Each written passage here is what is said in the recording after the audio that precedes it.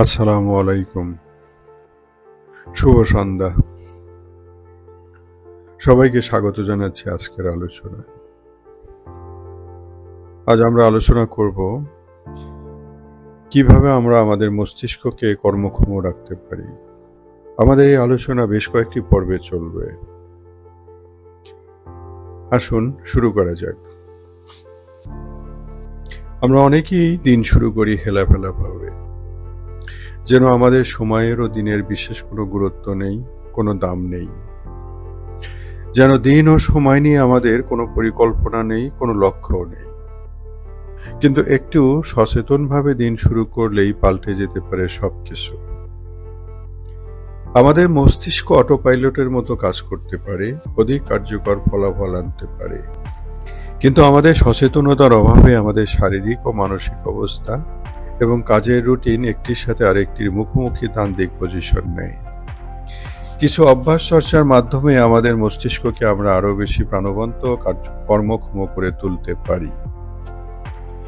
যেহেতু সকাল ও সন্ধ্যাতেই যে কোনো রুটিন আমাদের মস্তিষ্কে পোক্তভাবে অবস্থান নেয়, সেহেতু সকালে ও সন্ধ্যায় এসব অভ্যাস চর্চার দ্বারা মস্তিষ্কের ক্ষমতা বাড়ানো যায়, মস্তিষ্ককে অধিক কর্মক্ষম রাখা যায়, মস্তিষ্ককে অ্যালাইভ রাখা যায়।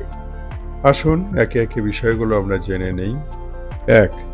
ঘুম থেকে জেগে ভ্যানিলার ঘ্রাণ নিন।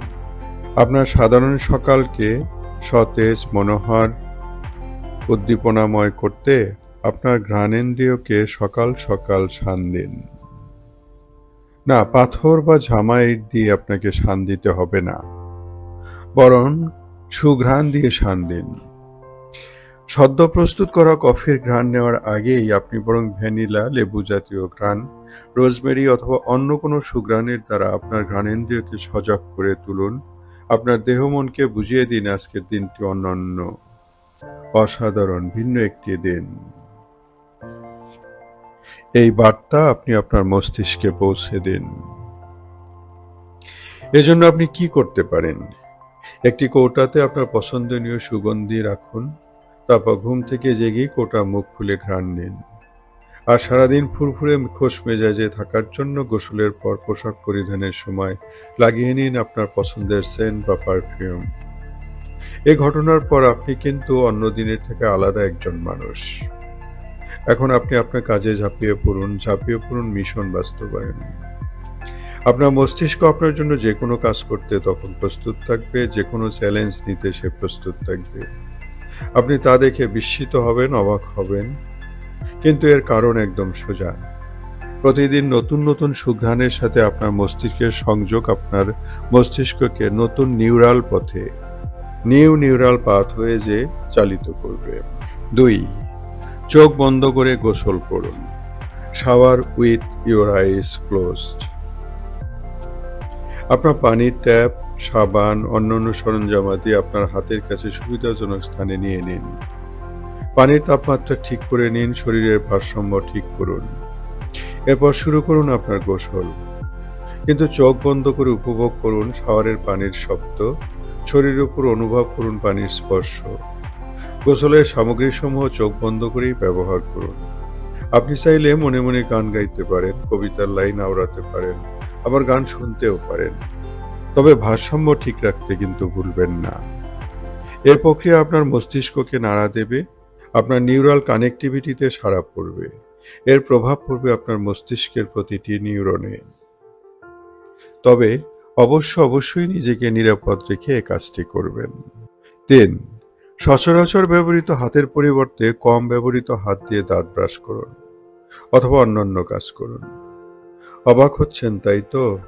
মনে প্রশ্ন জাগছে, ইহে কিভাবে আপনার মস্তিষ্কের উপর প্রভাব ফেলে? শুনুন এবং বাস্তবে করুন, তাহলে নিজেই বুঝবেন কিভাবে ইহা মস্তিষ্কের উপর প্রভাব ফেলে। ডান হাতের পরিবর্তে বাম হাত অথবা বাম হাতের পরিবর্তে ডান হাত ব্যবহার করে আপনি ইহা করতে পারেন।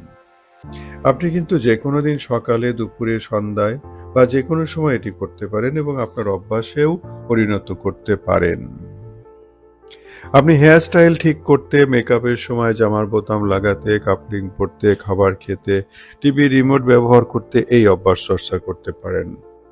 ফলাফল কি? এর ফলাফল আপনি সচরাচর মস্তিষ্কের যে সাইট ব্যবহার করেন তা ব্যবহার না করে আপনি অন্য সাইট বা কম ব্যবহৃত সাইট ব্যবহার করবেন, যা মস্তিষ্কের ওই সাইটের সার্কিটগুলোকে সক্রিয় করে তুলবে। গবেষণায় দেখা গেছে এই ধরনের ব্যায়াম মস্তিষ্কের কর্টেক্সের যে অংশ স্পর্শানুভূতির তথ্য নিয়ন্ত্রণ ও প্রক্রিয়াজাত করে সেই অংশের মধ্যে সার্কিট সমূহের দ্রুত এবং পর্যাপ্ত সম্প্রসারণে সাবস্টেন্সিয়াল এক্সপানশনে গুরুত্বপূর্ণ ভূমিকা পালন করে। 4. চোখ বন্ধ করে স্টাইল সিলেক্ট করুন, স্পর্শ অনুভব করুন। আপনি চোখ বন্ধ করে আপনার কাপড়, জুতা, অন্যান্য জিনিসপত্রের আকৃতি ও গঠন বিন্যাস পরীক্ষা করতে পারেন। প্রশ্ন করতে পারেন কেমন করে? উত্তর হচ্ছে স্পর্শ করে। কাপড় বা বস্তুর পৃষ্ঠদেশ স্পর্শ করে, গন্ধ নিয়ে, গায়ের সাথে লাগিয়ে অনুভব করে আপনি এ কাজ করতে পারেন। আর এজন্য আপনি আপনার হাত, পা, ঠোঁট, হাতের তলদেশ, ঘ্রাণ শক্তি ব্যবহার করতে পারেন। আপনার প্রশ্ন, এর ফলে কি হবে? হবে, অনেক কিছুই হবে। আপনার মস্তিষ্কের যে অংশ বস্তু ও তার গঠন বিন্যাস এবং স্পর্শ নিয়ে কাজ করে, এর ফলে মস্তিষ্কের সেই অংশের সম্প্রসারণ ও নতুন নতুন সংযোগ তৈরি হয়। এই বিষয়টি অন্ধ বানরদের এবং অন্ধ মানুষ যারা ব্রেইল পদ্ধতিতে পড়াশোনা করে তাদের উপর পরীক্ষা নিরীক্ষা করে বিজ্ঞানীরা নিশ্চিত হয়েছেন। 5. কম শব্দে কম কথা বলুন, নীরব থাকুন। সকালে আমাদের নানা কাজের চাপ থাকে। আমাদের মস্তিষ্ক মোটামুটিভাবে জানে সকালে আমাদের রুটিন কি। ফলে অভ্যাসগতভাবে আমাদের মস্তিষ্ক সকালবেলা একের পর এক রুটিন মাফিক কাজ করে। ফলে অন্যরা এর ব্যত্যয় ঘটালে বা এই রুটিনের মধ্যে স্বাভাবিক ক্ষেত্রে আমরা কোনো প্রতিক্রিয়া দেখাই না। এর কারণ হচ্ছে আমাদের মস্তিষ্ক অন্যান্য জ্ঞানেন্দ্রিয়কে অপেক্ষে করণীয় কাজ করে। আপনি আপনার এই ক্ষমতা আরও বাড়িয়ে নিতে পারেন আপনার জ্ঞানেন্দ্রিয়কে সচেতনভাবে ব্যবহার করে, কম কথা বলে এবং শুধুমাত্র করণীয় বিষয়ে ফোকাস করে। এজন্য সম্ভব হলে আপনি এয়ার প্লাগও ব্যবহার করতে পারেন। ফলে আপনার মস্তিষ্ক শুধুমাত্র করণীয় বিষয় নিয়েই চিন্তা করবে, অন্য কোনো বিষয় নিয়ে চিন্তা করবে না। রুটিন কাজের ক্ষেত্রে আপনি দাও, নাও, করো, করি, দিচ্ছি, নিচ্ছি, ঠিক আছে, ঠিক নেই, ওকে এরূপ সংক্ষিপ্ত শব্দ বা শব্দগুচ্ছ ব্যবহার করতে এবং মূল কাজে ফোকাস করতে পারেন। ধৈর্য ধরে আমার কথা শোনার জন্য সবাইকে ধন্যবাদ। সবাই সুস্থ থাকুন, ভালো থাকুন এবং অবশ্যই সাথে থাকুন।